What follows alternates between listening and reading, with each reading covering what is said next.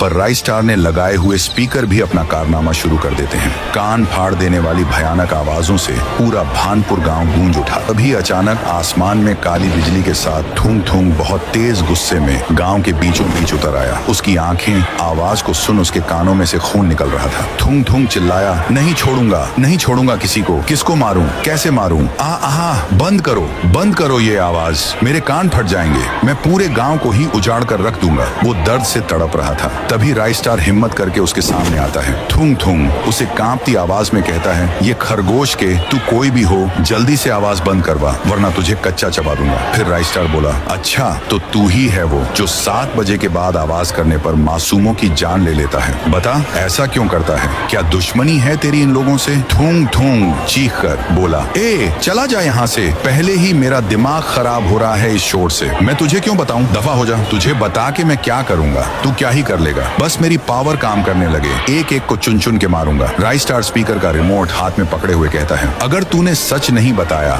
तो जिसमें से ये आवाज आ रही है उस स्पीकर की आवाज और बढ़ा दूंगा, इतनी बढ़ा दूंगा कि तेरे वजूद के ही चिथड़े उड़ जाएंगे। बहुत बोल रहा था ना कि क्या कर लेगा, देख मैं ये कर लूंगा, चल अब जल्दी मुंह खोल। थूंग थूंग दर्द से कांप गया। नहीं नहीं मुझे माफ कर दो, स्पीकर की आवाज मत बढ़ाना, मैं सब बताता हूँ कि मैं आवाज करने पर लोगों की जान क्यों लेता हूँ। थूंग थूंग जमीन पर घुटनों के बल बैठ गया। दरअसल मेरा नाम थूंग थूंग है, मैं इस गांव का नहीं था।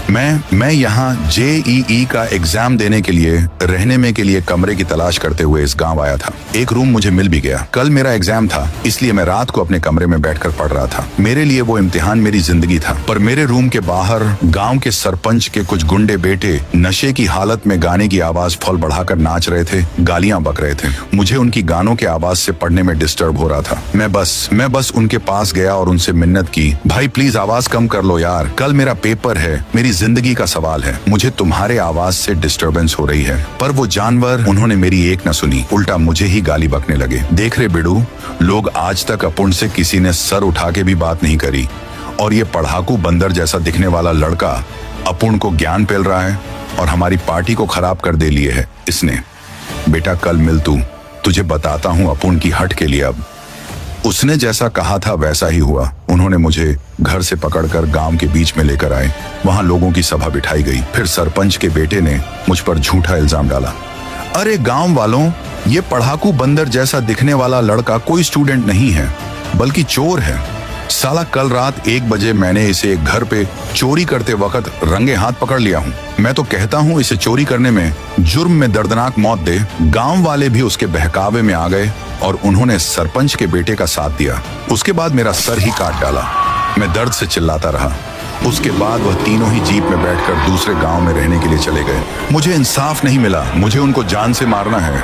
मेरी तरह उन्हें भी दर्द देना चाहता हूँ। मेरी पढ़ाई, मेरे सपने, मेरी आवाज, सब कुछ उस रात के शोर में दफन हो गया। बस तभी मैंने कसम खाई कि अगर मेरी मदद की आवाज किसी ने नहीं सुनी तो आज के बाद इस गांव में 7 बजे के बाद कोई और आवाज कभी नहीं गूंजेगी। जो आवाज करेगा वो मेरे अंजाम को पहुंचेगा। राइस स्टार की आंखें भी नम हो गईं। ये तो सरासर जुल्म था। उसने स्पीकर की आवाज धीमी की। थूंग थूंग, तुम्हें इंसाफ नहीं मिला, पर तुम्हारा बदला भी अधूरा है।